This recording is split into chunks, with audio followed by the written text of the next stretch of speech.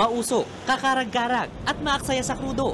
Ilan lang ito sa mga dahilan kung bakit isinusulong ng gobyerno ang modernisasyon ng mga jeepney. Kaya para matulungan ng mga jeepney driver at operator na makabili na makabago, environment-friendly at mas ligtas na pampasada, sasagutin na ng gobyerno ang down payment para rito. Ayon sa Department of Budget and Management, 5% ng kabuuang halaga ng mga makabagong jeepney ang sasagutin nito. Halimbawa, kung nasa 1.2 million hanggang 1.6 million ang bagong jeepney, sagot na ng pamahalaan ang 60 hanggang 80,000 nito. 2.2 billion pesos ang ilalaan ng gobyerno sa 2018 budget para sa jeepney modernization. Target nito na sagutin ng bahagi ng gastos para sa 28,000 unit ng jeepney. Ang natitirang halaga, maaaring utangin sa Land Bank o sa Development Bank of the Philippines. It will be incorporated in the 2018 budget, which I'm going to present to the Cabinet today.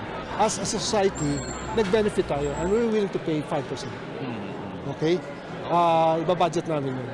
Based on the subsidy, it appears na wala nang ibabayad na equity ang mga operators because 80,000 is the 5% equity for a 1.6 loan, the highest.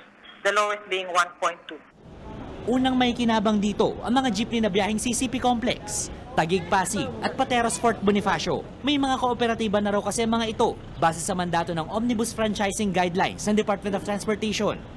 1980s pa na magsimulang magkaroon ng biyahe ang mga jeep na ito sa pagitan ng Taft Avenue at CCP Complex. Kaya karamihan sa mga unit dito may kalumaan na at para sa pamahalaan ay kailangan na rin palitan.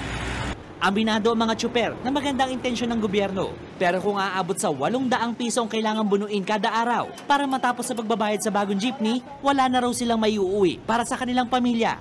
Buti kung sana kung ito'y biyaheng Baclar hanggang monumento, yan, may pagkukunan ka.